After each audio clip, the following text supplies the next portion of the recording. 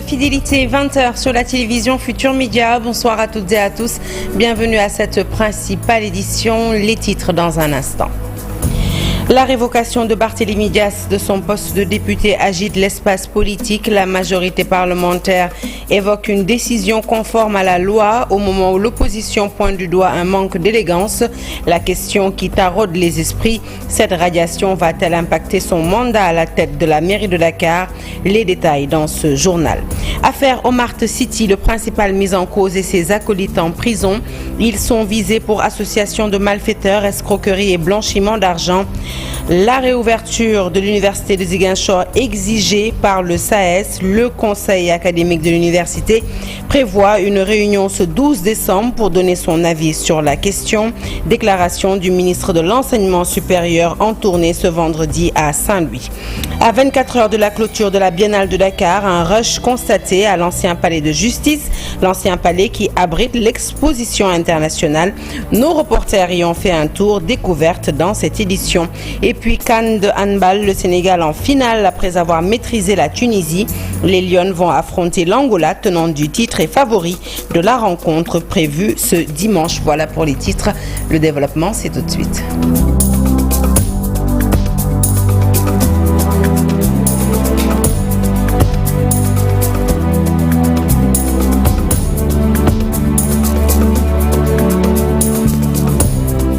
Bonsoir à toutes et à tous. Un journal que nous ouvrons tout de suite avec le bureau de l'Assemblée nationale qui a procédé à la radiation de Barthélémy Dias du Parlement, une décision du garde des Sceaux qui brandit comme argument sa condamnation définitive dans l'affaire Ndiaga Diouf.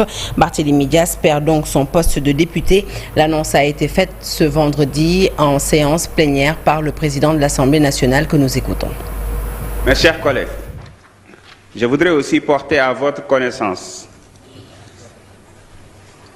sur demande du ministre de la Justice, garde des Sceaux, en application des dispositions de l'article 61 de la Constitution, dernier alinéa, et de l'article 51 de notre règlement intérieur, dernier alinéa, le bureau de l'Assemblée nationale réuni le jeudi 5 décembre 2024 a procédé à la radiation de Barthélémy Dias.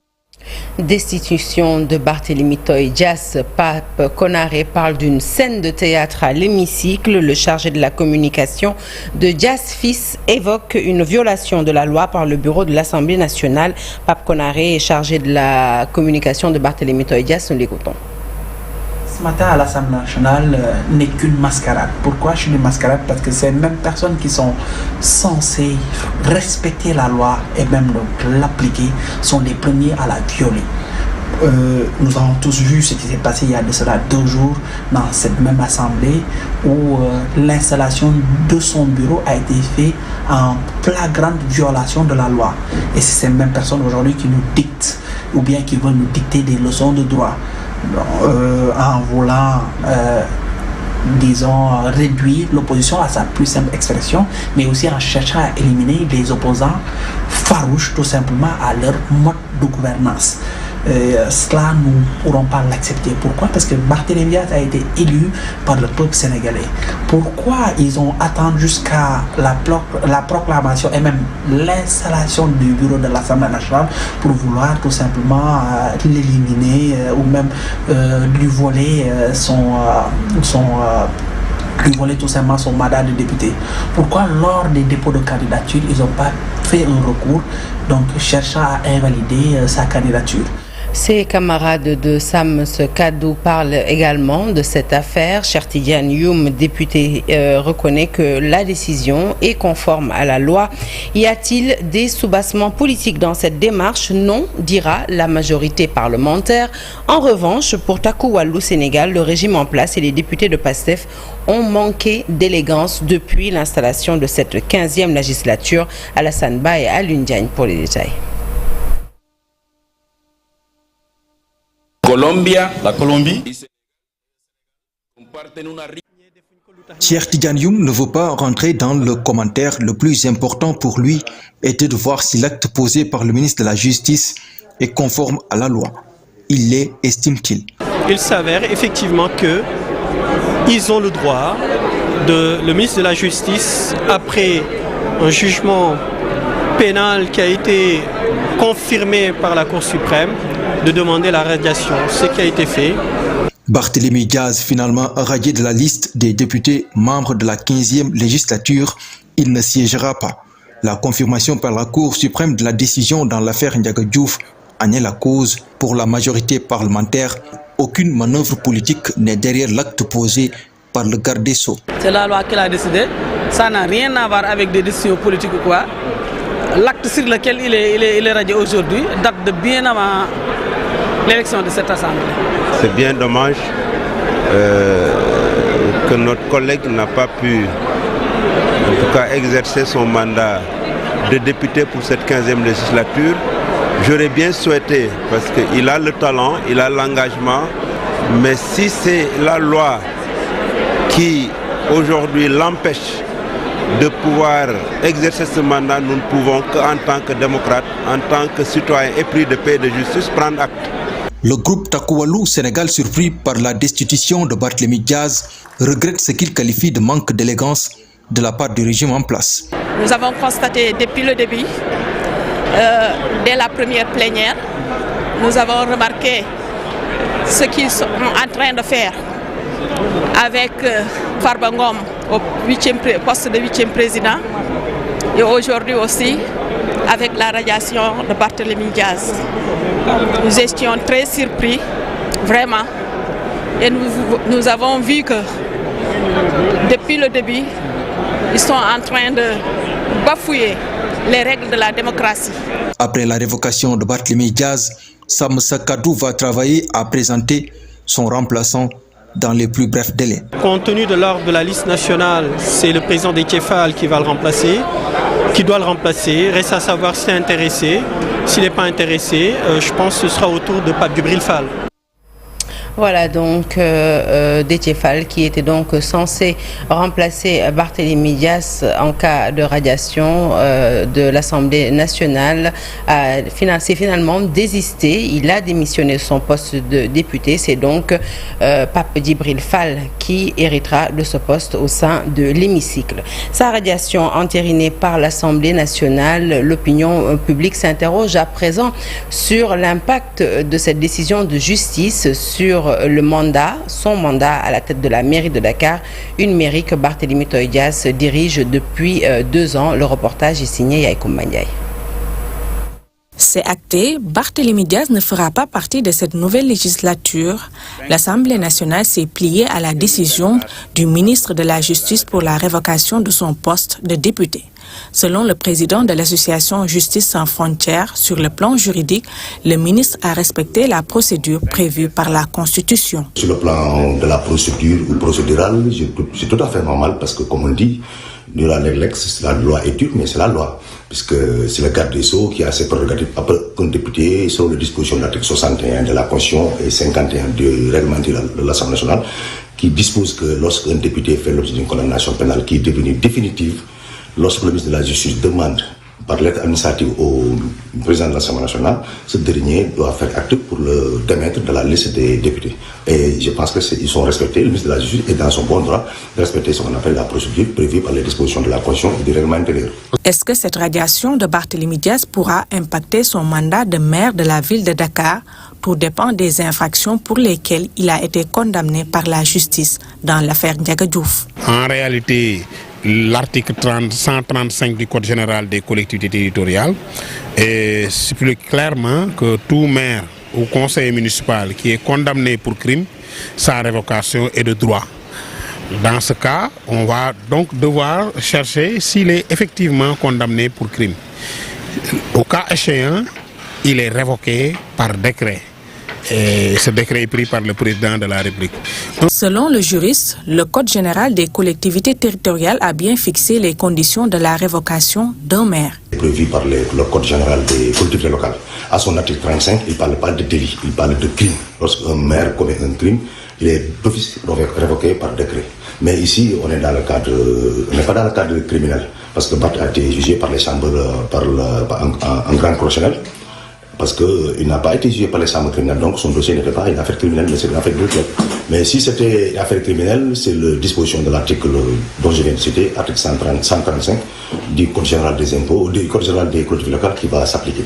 Comme si le sort s'acharnait sur Taxawu Sénégal dirigé par Khalifa Sall, ce dernier était dans la même situation en 2017 sous le régime de Macky Sall.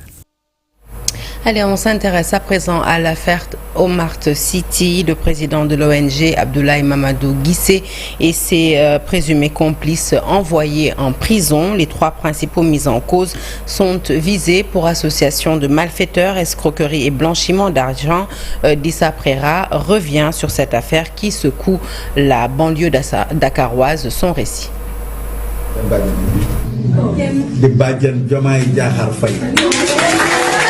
Abdoulaye Mamadou Guissé, son directeur de cabinet, est la fausse tante du président de la République, tous inculpés et placés sous mandat de dépôt. Ils sont accusés d'association de malfaiteurs, d'escroquerie et de blanchiment d'argent dans l'affaire dite des programmes de logements sociaux.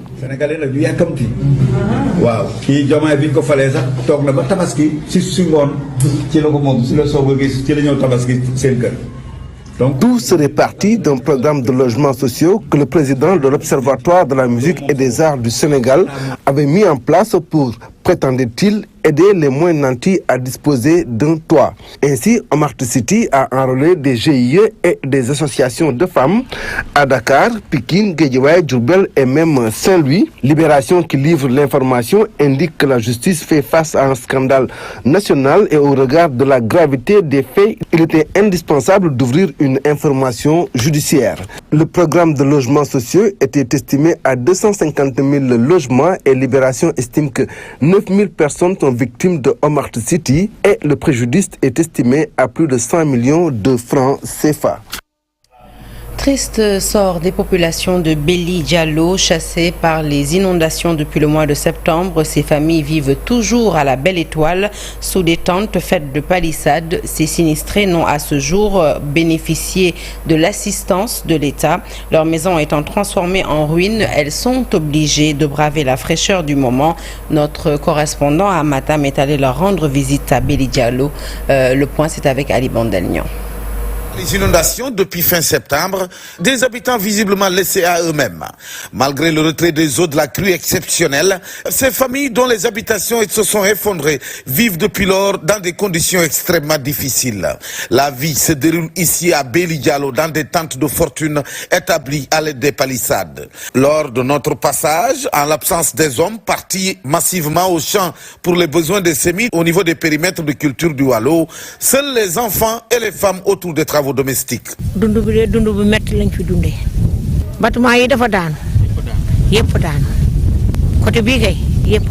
C'est extrêmement difficile ce que nous vivons en ce moment. De l'autre côté, chez nous là-bas au village, tous les bâtiments s'étaient effondrés.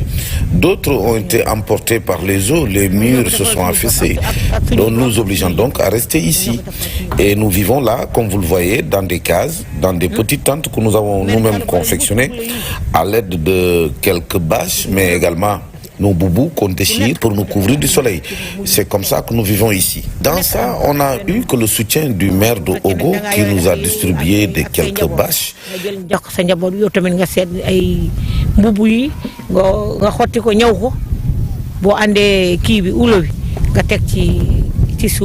Malgré la catastrophe qui a frappé ce petit village à 3 km de Matam, aucune aide, encore moins d'assistance du gouvernement, selon notre interlocuteur. Depuis que nous sommes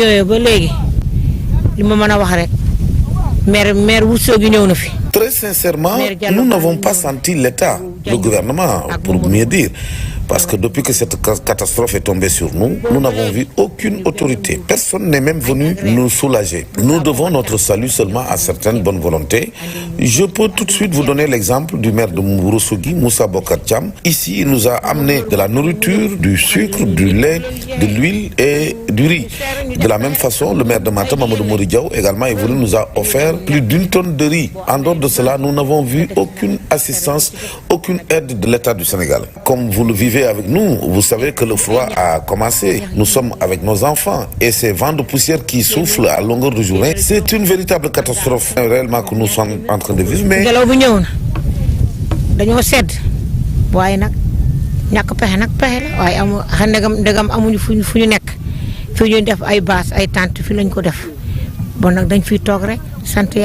plus de 2 mois dans ces conditions, les populations sinistrées de Bili Diallo continuent d'interpeller les autorités sur leur sort.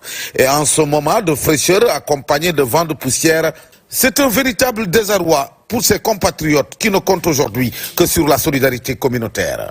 Le syndicat autonome de l'enseignement supérieur, dont le bureau national est actuellement en tournée à Ziguinchor, exige la réouverture de l'université à Sansec. Le SAES se dit favorable à l'audit des chantiers en cours depuis plusieurs années au sein de l'UASZ.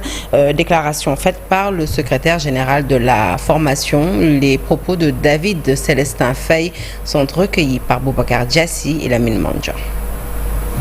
Constater la situation qui prévaut à l'université de Ziguinchor et comme vous le voyez, c'est une situation de désolation puisque l'université sans ses étudiants, sans ses enseignants, sans son personnel administratif n'est pas une université. Et c'est triste de le dire comme ça. Et nous avons rencontré hier les autorités et nous leur avons demandé notre exigence de réouverture de l'université puisqu'en fait, on ne peut pas refaire les mêmes erreurs qu'à l'UQAD. Il nous faudra sécuriser rapidement l'université et réouvrir dans les meilleurs délais. Et donc nous condamnons, comme nous l'avons déjà fait encore une fois de plus, la violence envers les enseignants, le personnel. Il faudrait que ceux qui ont été auteurs de ces violences-là soient... Faisait office d'auditorium sera restitué à la municipalité. Un protocole d'accord ficelé grâce à la médiation du ministre de l'Enseignement supérieur. Les détails, c'est avec Cheikh Diop et Saïla Tia. Après plusieurs années de conflits fonciers entre la mairie-ville de Thiès et l'université Iba Der Thiam, enfin, les deux parties antagonistes ont fumé le calumet de la paix grâce à la médiation du ministre de l'Enseignement supérieur, de la Recherche et de l'Innovation. Au moment où nous trouvons un accord sur cette question, la ville de Thiès a répondu à l'envergure qu'on lui connaît, une ville de paix, une ville de consensus, une ville de compromis. Et je pense que les Sénégalais et les Thiessois seront fiers du recteur et du maire de la ville. Le maire de Thiès estime que le palais du Congrès sera restitué à la mairie en 2025. À partir du 25 octobre 2025, je pense que nous aurons le temps. Oui, appartient à la mairie, mais n'appartient pas exclusivement au conseil municipal, ça appartient à toute la ville de Thiès. Je pense que le moment venu, nous échangerons avec les Thiessois sur les projets. Le recteur de l'université Iba Der Thiam de Thiès salue cette belle initiative et affirme que les deux institutions ont l'obligation de collaborer. L'université est une partie de la ville et l'université, comme toutes les autres institutions de la ville, travaillera avec la mairie pour le bien de la ville, que ce soit à l'auditorium ou ailleurs. Pour rappel, depuis déjà plusieurs années, les deux institutions sont à couteau tiré autour de cette question. Allez, on s'intéresse à présent à cette information qui émane du ministère de la Communication et qui nous apprend qu'au regard de l'expiration du délai de 72 heures, l'enregistrement des déclarations des médias est fermé. Un communiqué donc signé ce 6 décembre 2024. Touba franchit une nouvelle étape dans l'éducation. Un nouveau programme scolaire vient d'être officiellement adopté. Un programme qui met l'accent sur le soufisme et la vie et l'œuvre de Cheikh Ahmadou Bamba. Un comité de suivi a également été installé pour veiller à sa mise en œuvre. Le ministre de l'Éducation, présent lors de l'événement, a salué la pertinence de cette initiative qui allie, selon lui, spiritualité et apprentissage. Je vous propose d'écouter Moustapha Mamba-Guirassi au micro de Tala Samb. A eu une vision. Touba a anticipé depuis 2018. Touba a pris l'initiative, sur l'indigal du Khalif, de mettre en place un comité, ce qu'on appelle donc la direction de l'école de Touba, en rapport avec le ministère de l'Éducation nationale, pour réfléchir et s'affranchir en même temps de ce qui étouffait le système éducatif que nous avons. Et je disais tout à l'heure d'ailleurs que la réforme curriculaire, l'exemple de Touba sera un exemple comment dans l'approche, dans la méthodologie, de façon concertée, c'est pas du tout évident de réussir en fait ce que Touba a réussi en rapport avec le ministère de l'Éducation nationale, des inspecteurs d'académie, des doyens, des directeurs d'école, des élèves, des chefs religieux, des imams, toute une communauté se mettre d'accord pour mettre en avant et stabiliser un programme. C'est une prouesse extraordinaire et c'est cela donc, c'est un Sénégal qui gagne, c'est un Touba qui gagne et c'est l'enfant sénégalais qui est en train de gagner. Donc nous sommes très heureux d'installer aujourd'hui au nom du Khalife, au nom du chef de l'État, du chef du gouvernement, le comité de suivi pour le pilotage justement et la mise. La Société nationale d'électricité appelée à rectifier les erreurs constatées sur les factures des habitants de Pilote Bar. Dans ce village situé dans le Gandiol, des ménages ont vu leurs factures passer du simple au décuple, un impair qu'ils exigent à la Sénélec de corriger dans les meilleurs délais. À défaut, ils se réservent le droit de ne pas s'acquitter de ces factures. Ousseynou Sy est le porte-parole des habitants de Pilote Bar. Nous l'écoutons au micro d'Ousseynou Diop et d'Abib Sek. L'eau qu'on nous a mis dans nos factures, vous voyez le diagramme là qui est là. Ça c'est une maison qui a 4 personnes. Comment une maison qui a 4 personnes, qui avait une descendance de 25, 16, 15, 14 mètres cubes et qui va aller à une ascendance de 146 mètres cubes. Donc ça c'est énorme. Celui qui a une descendance entre 16, 14 et 15 et qui va aller jusqu'à une ascendance de 146 mètres cubes. Ça c'est très énorme. Donc nous disons non au paiement des factures de ce bimestre. Mais ça c'est du vol. Ça, c'est de l'injustice, qu'on se dise la vérité. Ça, comme l'a dit le Djoub et le Djoubanti, on ne le voit pas ici. Donc c'est au président de la République et au gouvernement de faire le Djoubanti dans ces factures. Et nous attendons beaucoup sur eux. Et merci beaucoup.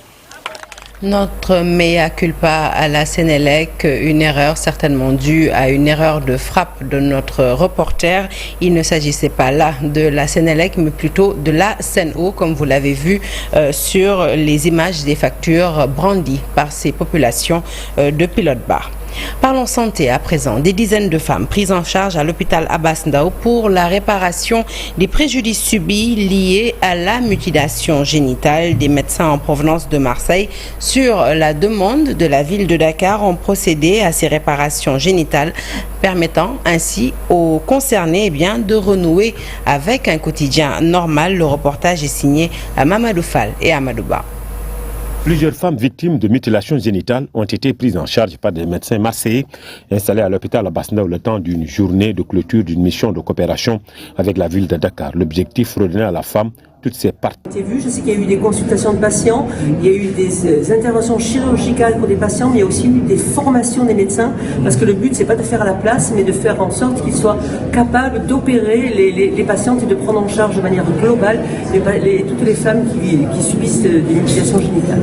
Aujourd'hui, c'est la journée de clôture d'une mission de coopération que la ville de Marseille ainsi que l'assistance publique des hôpitaux marseillais a menée en collaboration avec la ville de Dakar et l'hôpital Abass Ndao sur un projet de réparation de mutilations génitales faites aux femmes dans sa globalité. Une satisfaction pour le directeur général de l'hôpital Abass Ndao. Pour lui, cette mission a été bénéfique pour sa structure. La mission nous a permis d'accompagner beaucoup de femmes pour une réparation génitale. Elle a également pris en compte nos techniciens pour des formations en matière d'échographie, d'intervention chirurgicale. C'est une mission bénéfique pour l'hôpital Abass Ndao, mais également pour la ville de Dakar. La mission marseillaise a fait plusieurs jours dans la capitale sénégalaise, sillonnant presque toutes les structures sanitaires de la ville de Dakar. Bilan, des dizaines de femmes soignées. À Rufisque, le préfet a entamé une grande opération de désencombrement mais également de nettoiement. La gare routière a été la première étape du fait de son occupation anarchique. Le boulevard Maurice Gueye sera également vidé de ses occupants illégaux. Le directeur du cadre de vie qui a pris part aux opérations promet l'aménagement des espaces libérés. Le point, c'est avec Abdou Diouf Diagne. Comme annoncé dans un communiqué, les désencombrements ont repris à Rufisque. À la gare routière, les épaves de voitures et garages clandestins sont enlevés. Compte tenu du fait que le gouvernement du Sénégal accompagne les artisans de façon systématique, du fait également de l'emploi généré par justement donc ces artisans. Et c'est pour là nous avons décidé tout simplement donc de porter la grande attention justement donc à ces artisans, mais également rendre compte à l'autorité pour lui permettre également donc de les accompagner. Nous sommes en train de les reloger, de les déplacer vers l'autre partie pour que la gare routière soit particulièrement donc attrayante, la gare routière de Rufisque. Le boulevard Maurice Gueye, occupé anarchiquement par les vendeurs et taxis clando, sera la prochaine étape. En ce qui concerne le suivi, le préfet peut compter sur le soutien de la direction du cadre de vie. Donc nous avons aussi parlé de la sécurisation des espaces libérés. Nous avons dans notre direction générale aussi une direction qui s'occupe des espaces verts et de l'espace public. Et nous avons prévu, après ces opérations, de revenir sur ces sites pour pouvoir les proposer des aménagements qui pourront au moins sécuriser ces sites. Et c'est important, c'est pour cela aussi, je l'ai dit au préfet, et nous allons s'y atteler. Le maire de la commune de Rufisque-Ouest, de son côté, invite ses camarades à adhérer à cette initiative du préfet pour changer l'image de la ville complètement dénaturée. Servir d'interprète ou encore aider les forains, tel est le travail de nombreux Sénégalais à l'occasion de la foire. Un marché que les dames ont pris d'assaut. Elles profitent de cet événement pour se faire un peu d'économie et selon elles, elles tirent bien leurs épingles du jeu. Alsane Diop, notre reporter, a fait un tour à la foire de Dakar. Nous regardons son reportage. À la FIDAC, nombreux sont les Sénégalais qui s'adonnent à la profession d'interprète ou aide-marchand dans les stands. Les filles sont beaucoup à s'affairer autour de ces activités. C'est ma troisième fois, quatrième fois, 2019, là je commence. C'est ma troisième ou quatrième fois à faire ça. Pour la collaboration, parfois c'est par chance, parfois on nous met en contact avec le vendeur. Et s'il trouve que tu as le niveau, il te garde et te contacte à chaque occasion. Le travail est abordable. Ce qu'ils veulent, c'est juste faire la traduction et faciliter la conversation. C'est également le cas de Ndengone qui vient ici depuis plusieurs années. Elle profite de sa maîtrise de la langue arabe pour servir d'interprète. Je traduis pour lui, il parle arabe et je traduis en wolof, ce qui facilite son travail. Pour le paiement, on n'a pas besoin de signer des contrats puisqu'on se connaît depuis longtemps. Chaque année, s'ils viennent, ils nous appellent. Ils nous préviennent même à l'avance pour vérifier notre disponibilité. Si de leur côté les activités marchent, toutefois, elle se désole du début qu'elle juge timide de cette foire. Chaque fin de journée, on nous paye 5 000 francs. Au moment de la restauration, ils nous donnent le ticket. Et au moment de rentrer également, ils nous donnent le transport. Vraiment, on n'a rien contre eux. Ce qui nous dérange, c'est le fait de venir, on te paye alors que tu ne vends rien. La foire est une véritable aubaine pour ces Sénégalaises qui peuvent gagner entre 8 000 et 10 000 francs par jour. Allez, on s'intéresse à la page culture à présent. 24 heures avant la clôture de la Biennale de Dakar, on note toujours un grand rush à l'ancien palais de justice qui, je rappelle, abrite l'exposition internationale. Des visiteurs en provenance d'un peu partout montrent leur admiration devant les œuvres exposées à l'occasion de cette 15e édition de la célébration de l'art contemporain. Le reportage de Mamadou Gueye.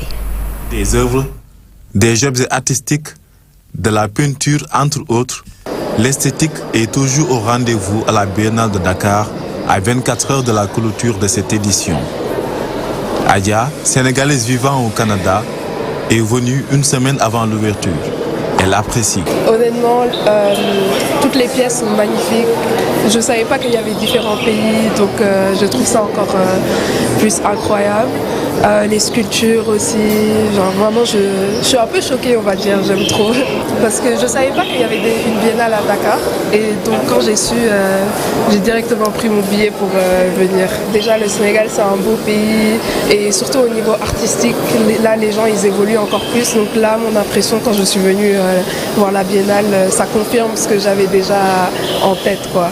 Admirateur de la culture, Amadou est impressionné par les expositions. Bien que c'est sa première fois, il exprime toute sa fierté.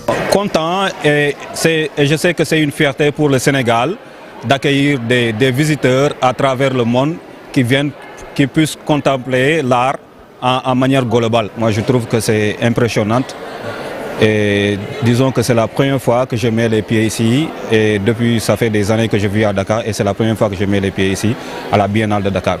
Et à travers les réseaux aussi, le message est bien véhiculé à ce que les gens puissent venir visiter la Biennale et moi je trouve que c'est quelque chose de bien aussi et j'en suis vraiment fier. Ce visiteur trouve que la Biennale devrait se tenir tous les ans pour inciter les citoyens à vivre l'art. Oui, je suis très content parce qu'aujourd'hui j'ai découvert ici beaucoup d'expositions tellement énormes quoi, devant moi en fait.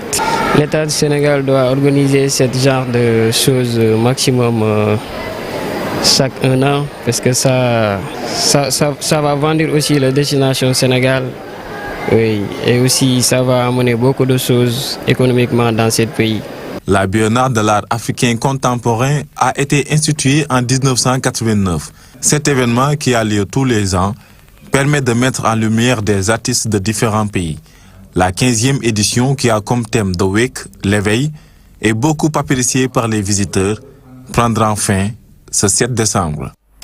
Et puis, habitants de Dakar et de la côte, pensez à vous prémunir si toutefois vous prévoyez de sortir demain dans l'après-midi. Et pour cause, l'Agence nationale de l'aviation civile et de la météorologie, l'ANACIM, alerte sur l'arrivée d'un vent fort. Ce sera donc ce samedi de 5h du matin à 15h sur la Grande Côte et sur la capitale Dakar. La page des sports avec les Jeux Olympiques de la jeunesse Dakar qui se préparent autrement à Ziguinchor dans le cadre de préparatifs de ces Jeux, premiers du genre en Afrique. Le ministère en charge de la formation professionnelle a organisé un atelier de recrutement de jeunes volontaires, des jeunes diplômés pouvant servir l'État pendant ce rendez-vous mondial. Ils devraient être ensuite enrôlés après ces Jeux JOJ donc 2026 pour résorber le chômage au Sénégal. Je vous propose de suivre tout de suite M. Chertidiane Sey, l'un des représentants du ministère. Il nous en dit plus au micro de Boubacar Diassi et Lamine Mandjan. Et on me fait signe que cet élément n'est pas disponible. Nous vous le transmettrons certainement dans nos prochaines éditions. Allez, le Sénégal en finale, je vous l'annonçais donc à l'entame de cette édition. Il s'est imposé 26-18 face à la Tunisie dans une demi-finale maîtrisée. Les Lions décrochent leur place en finale de la CAN féminine handball 2024. Le Sénégal va donc affronter en finale l'Angola, vainqueur de l'Égypte sur le score 36-22. Tenante du titre, les Angolaises partent favorites de la rencontre prévue ce dimanche. Et puis, juste avant de se quitter, cette réaction du maire de Dakar, Barthélémy Toye Dias, présent à Dakar Arena pour suivre le match de l'AS Ville de Dakar en lice dans la Women Basketball Africa League. Barthélémy Dias semble minimiser sa destitution à l'Assemblée nationale dans une courte vidéo. Il s'est exprimé. Je vous propose de la suivre tout de suite.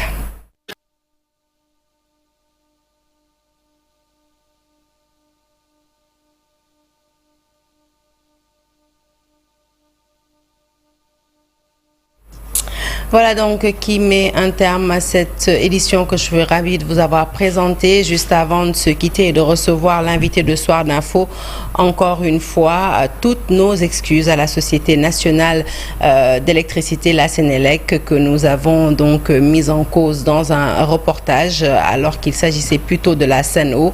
Comme je le dis, certainement une erreur de frappe de notre correspondant à Saint-Louis, mais dans tous les cas, nous nous excusons très sincèrement sincèrement. L'actualité se poursuit sur toutes nos plateformes digitales et restez avec nous. Tout de suite, nous recevons le Chersek, donc secrétaire général du syndicat SD3A, pour parler santé et c'est tout de suite. À tout de suite.